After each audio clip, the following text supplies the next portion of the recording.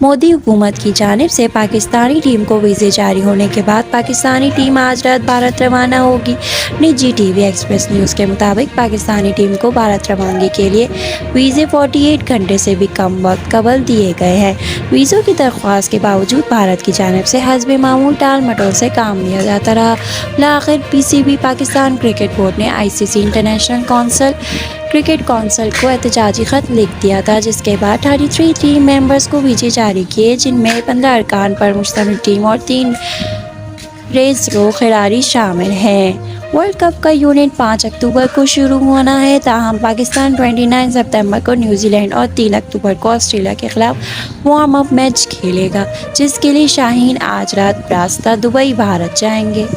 مزید خبریں حاصل کرنے کے لیے ہمارے چینل کو سبسکرائب اور لائک کرنا مت بھولیے گا تاکہ آپ ہمارے ساتھ رہیں۔